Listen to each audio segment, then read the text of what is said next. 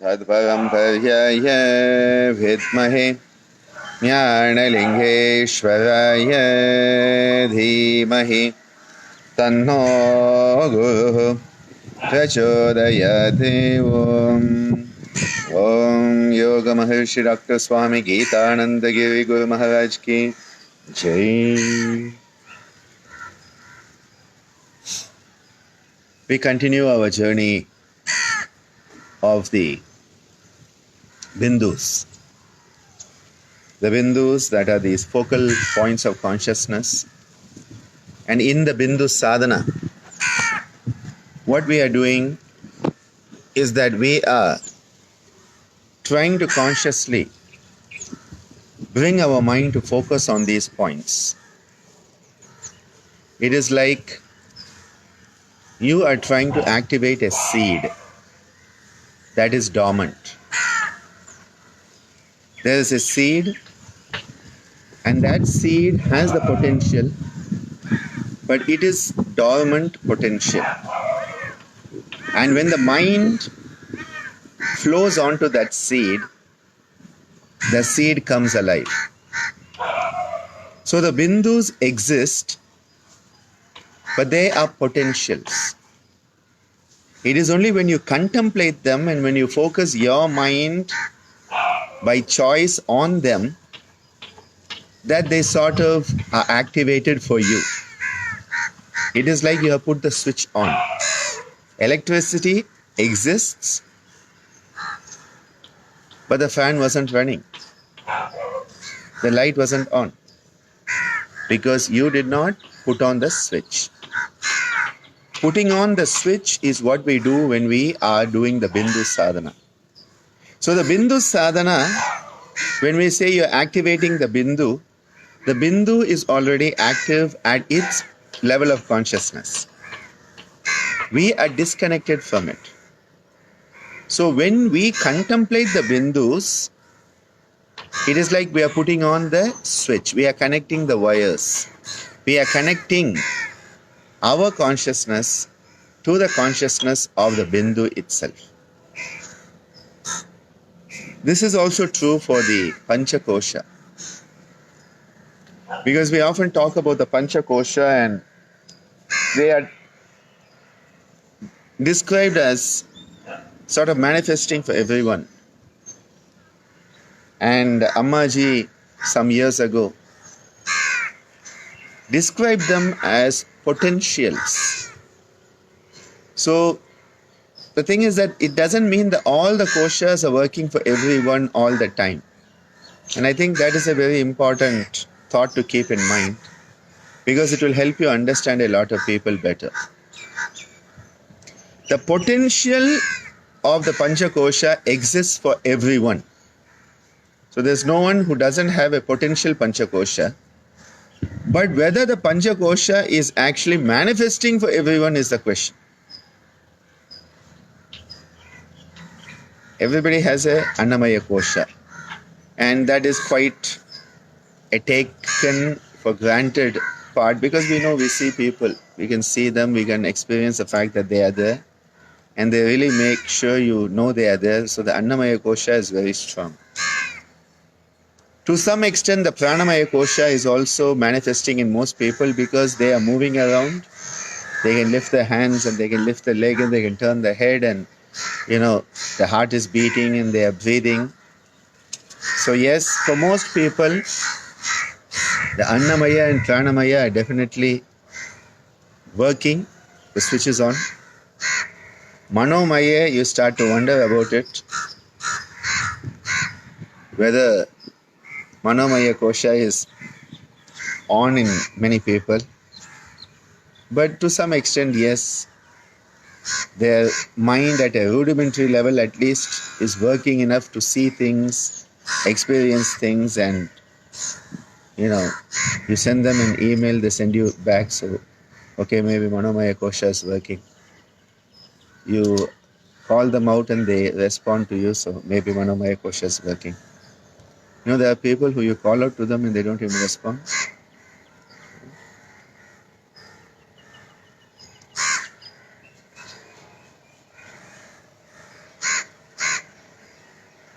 Ammaji was talking about the Chitta Bhumi, the 5 levels of the mind.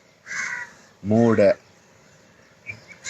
Shipta, Vikshipta, Ekagrata, Niruddha. This Moda is so common.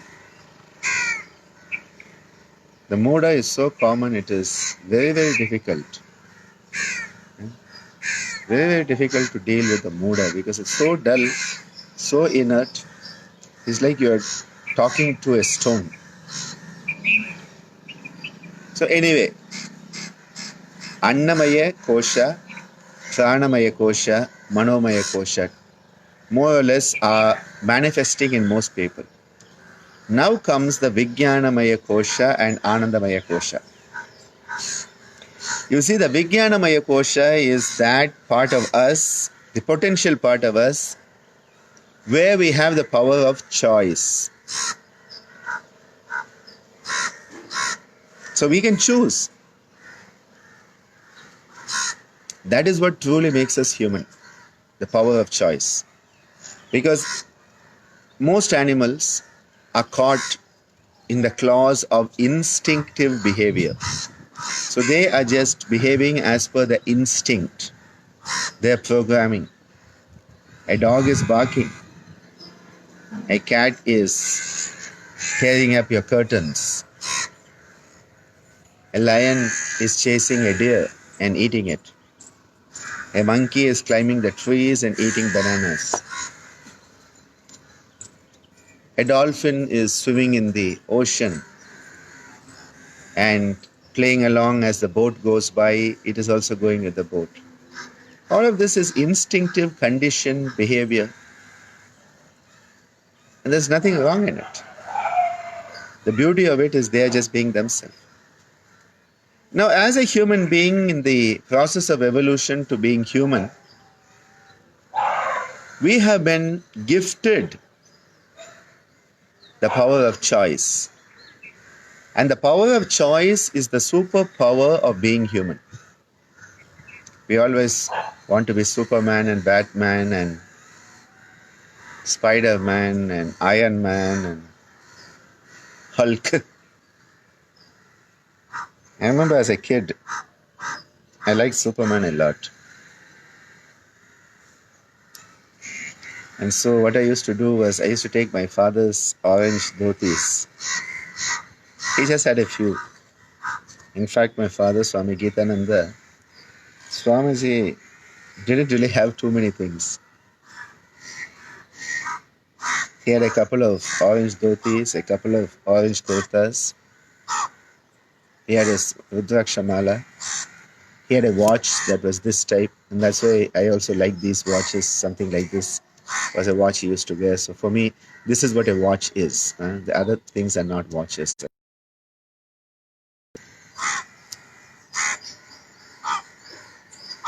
He would have a black bag which he would carry around his shoulder, in which the checkbook was there to write the checks for the ashram expenses.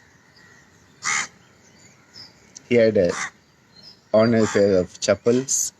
I remember for some time he tried some acupressure special shoes he ordered. Those were the days where this was coming up. I don't think he wore them too long. Ordinary pair of...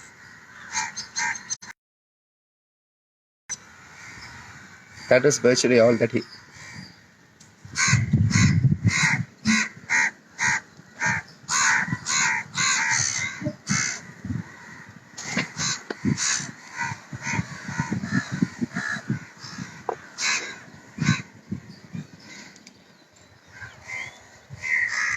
He didn't need anything else.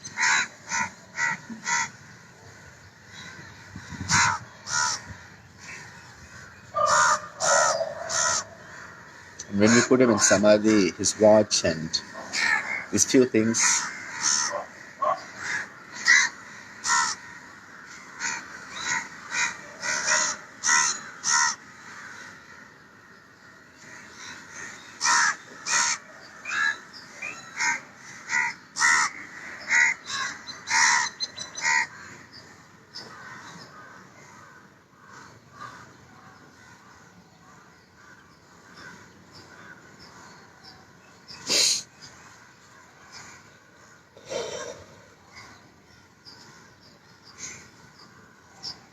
Anyway, coming back.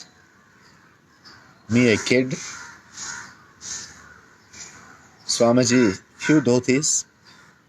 So I would take one of his orange dhotis, tie it around my neck, and I'd run through the ashram, pretending I was Superman flying.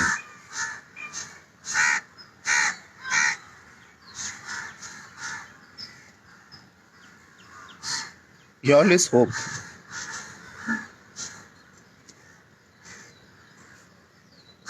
there would be Superman or Superwoman to save the world.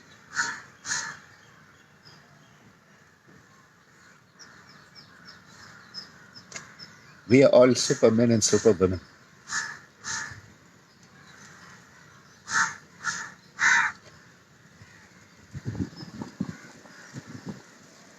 Because we have that power of choice.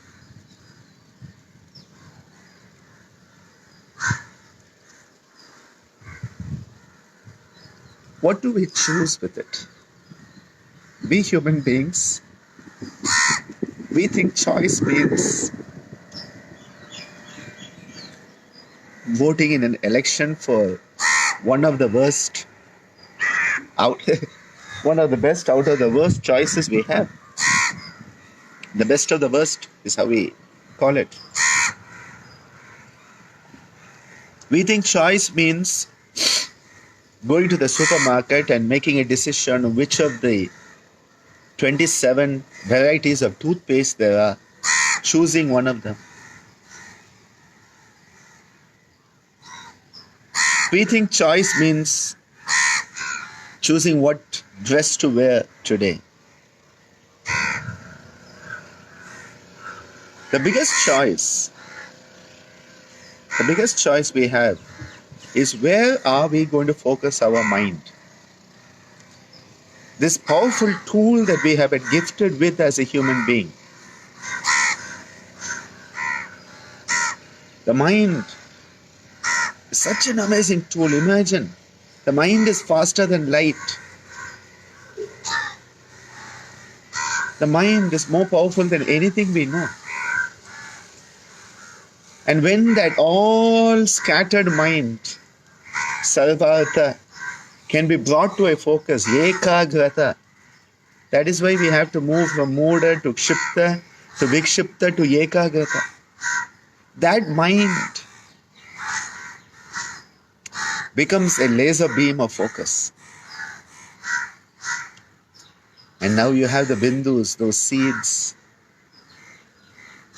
seeds, and you focus your laser beam of mind by the power of choice on that seed. Everything comes alive. Everything comes alive.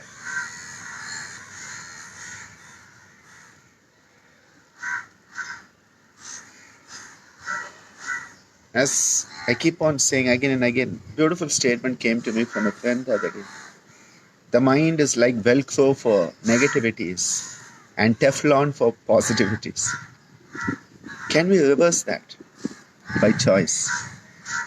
That is where Vairagya comes in. The yoga system gives us Vairagya, the ability to take a step back and have metacognitive perception. Can we take that step back so that our mind develops the capacity to be Velcro for positivities and Teflon for negativities? That is Pratipaksha Bhavanam that Patanjali talks about. Such an amazing man, a true superhero, Patanjali. If you were to put it in modern terms, you would have to say, Pat the superhero. Maharishi Patanjali would become Pat the superhero. Giving us these tools for us to save ourselves. Nobody can save us.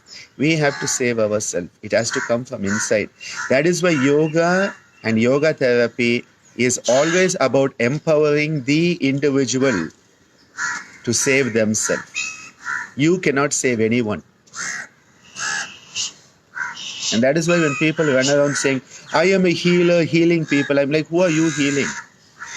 You are a facilitator helping others heal themselves.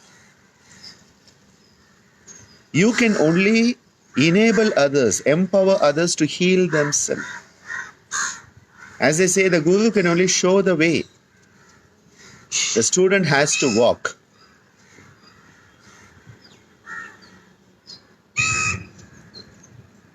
The guru cannot do it for the student. No matter how much you love your student, you cannot do it for your student. How much ever you love your client, your patient, you cannot do it for them. They have to do it for themselves. That is why yoga is the original do-it-yourself kit. You have to do it for yourself. But what can we do? We can support people. We can create an environment that supports people to manifest that healing, to manifest that caring, to manifest that sharing, to manifest that compassion, and to manifest that growth. That is why Patanjali, again, superhero Patanjali, he says, Kshetri Kavat, just like the farmer removes the impediments that are preventing the crop from growing properly, you need to remove the impediments of growth. That is our job. And that is why recently the ICYER has a new definition of yoga therapy. And I must say I'm very disappointed that the all-important word which was there in the previous definitions, empowering, is missing. That is what yoga is all about. Not you doing it for somebody, but them doing it for themselves and you empowering them to do it for themselves. You are enabling them to be themselves. You are being just the support system. You are just the support system in which they can grow. You are just someone who is there to help them in the process of their own growth, their own healing. You are empowering that individual to be the best them. You are supporting them. It is not you doing it for them. And that is why with the Bindu Sadhana, when we use the superpower of being human, the power of choice, and we focus this mind, that all-powerful tool, you know, in Superman movies, you'd have these two red beams going there, laser beams and burning things and opening doors and all that. You have one beam of mindfulness. And when you choose to focus that on the Bindu, the pathway opens. That is what happens when you focus on the Nasagra Bindu. When you choose to focus there, that Bindu comes alive. The Bindu is already alive. When I say comes alive, means comes alive for us. It is where we are connecting to something which we had been disconnected from. Disconnection is disease. Connection is health. We are disconnected from the universe in which we live. We need to reconnect. That is the journey of yoga. So when we are focusing on the Nasagra Bindu, what are we doing? We are bringing to consciousness, we are bringing alive all that is related to the prana coming in and the apana going out. That prana and apana, that shwasa prashwasa, that loma viloma. And at that point, we become aware of that beautiful Hamsa Soham Ajapa, Japa that becomes a reality for us. As the cosmos comes in, the universe comes in as we breathe in, and the individual is given up into the university. University, I said. Universe. Huh? Every time you breathe in, the drop is coming out of the ocean. And every time you breathe out, the drop is going back to the ocean. Breathing in, and you are having the divine universe in you. Breathing out, and now you have gone back into the universal energy matrix. That beautiful play between the Saha and the Aham.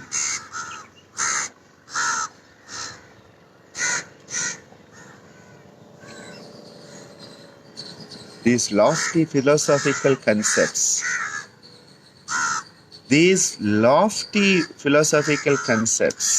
are becoming real.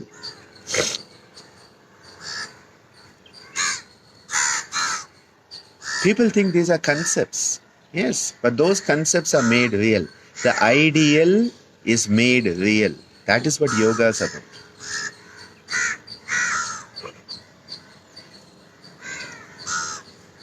That Hamsa Soham is made real when you start to focus. Prachardana Vidaranabhyam Pranasya. When we start to focus on the power of the breath coming in and going out. When we focus on the energy that is coming in, carried on that breath and carried out on that breath. The potential of the universe coming into us and the potential of us going up to the universe. Every time we breathe in, the universe is coming into us. The potential of the universe lies within us. And every time we breathe out, we as an individual go back into the universe where we now potentially exist. That is why when you breathe in, it is the kinetic energy of the universe coming into you. When you hold in, you are experiencing the potential of the universe within you. When you breathe out, it is the dynamic kinetic shift of energy from individuality to universality. And when you hold out in that shunyaka, your potential is now there in the universe. Such a beautiful concept of the four aspects of pranayama. A kinetic experience of the universe coming into us and us going out into the universe.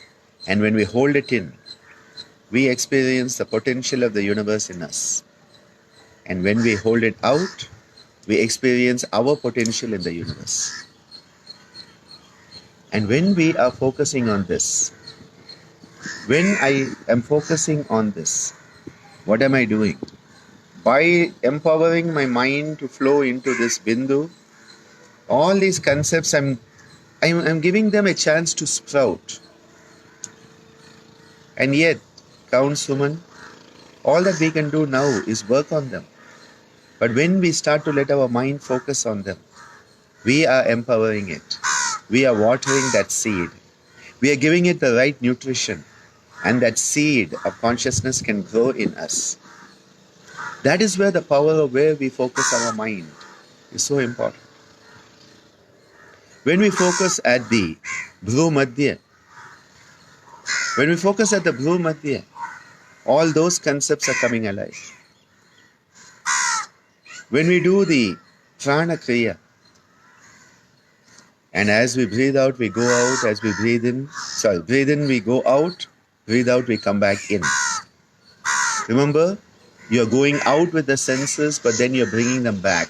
It's like the turtle is putting the limbs out, and then it's coming back in. This is the inhalation, this is the exhalation. This is the inhalation, this is the exhalation. The inhalation, the exhalation. That's why in yoga, whenever you are breathing in, out, that is the process. And here, when that flow of the prana, the energy, is followed, as you breathe in, you're following it going out. And then as you breathe out, it's coming back in, coming into the deep folds of the brain. And when you come into those deep folds of the brain, you start to hit the Agya Bindu. Let's do a few rounds of the Prana Kriya today. Breathing out, bring your focus to the midpoint between the eyebrows. And as we breathe in, let the energy move outwards. 2, 3, 4, 5, 6. Hold. 2, 3. Breathing out, coming back into the folds of the brain. 2, 3, 4, 5, 6. And at that Ajna Bindu in the folds of the brain, holding 2, 3. Breathing in and moving externally. 2, 3, 4, 5, 6. Hold. 2, 3. Breathing out, coming back. 2, 3, 4, 5, 6. And at the Ajna Bindu, deep in the folds of the brain, hold. 2, 3. Moving forward as you breathe in. 2, 3, 4, 5, 6. Hold. 2, 3. Coming back. Out. 2, 3, 4, 5, 6. Hold. 2, 3. In. 2, 3, 4, 5, 6. Hold. 2, 3. Out. 2, 3, 4, 5, 6. Hold. 2, 3. In. 2, 3, 4, 5, 6. Hold. 2, 3. Out. 2, 3, 4, 5, 6. Hold. 2, 3. Moving forward. In. 2, 3, 4, 5, 6. Hold. 2, 3. Coming back. 2, 3, 4, 5, 6. And settling into the Ajna. 2.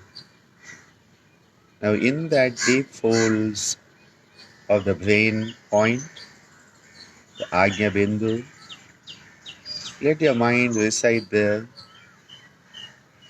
enjoying a beautiful sense of introspection, self-reflection at this Ajna Bindu that correlates at the physical level with the hypothalamo-pituitary axis, a beautiful point filled with beautiful light.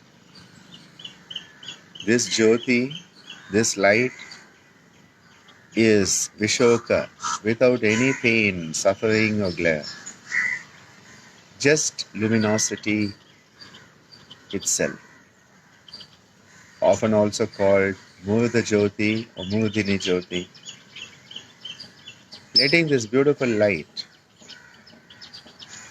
manifest at this Ajna, the Ajna Bindu, one of the few Bindus that is within a chakra. That Ajna Chakra, the center of intuition, enabling us to connect with our own higher self.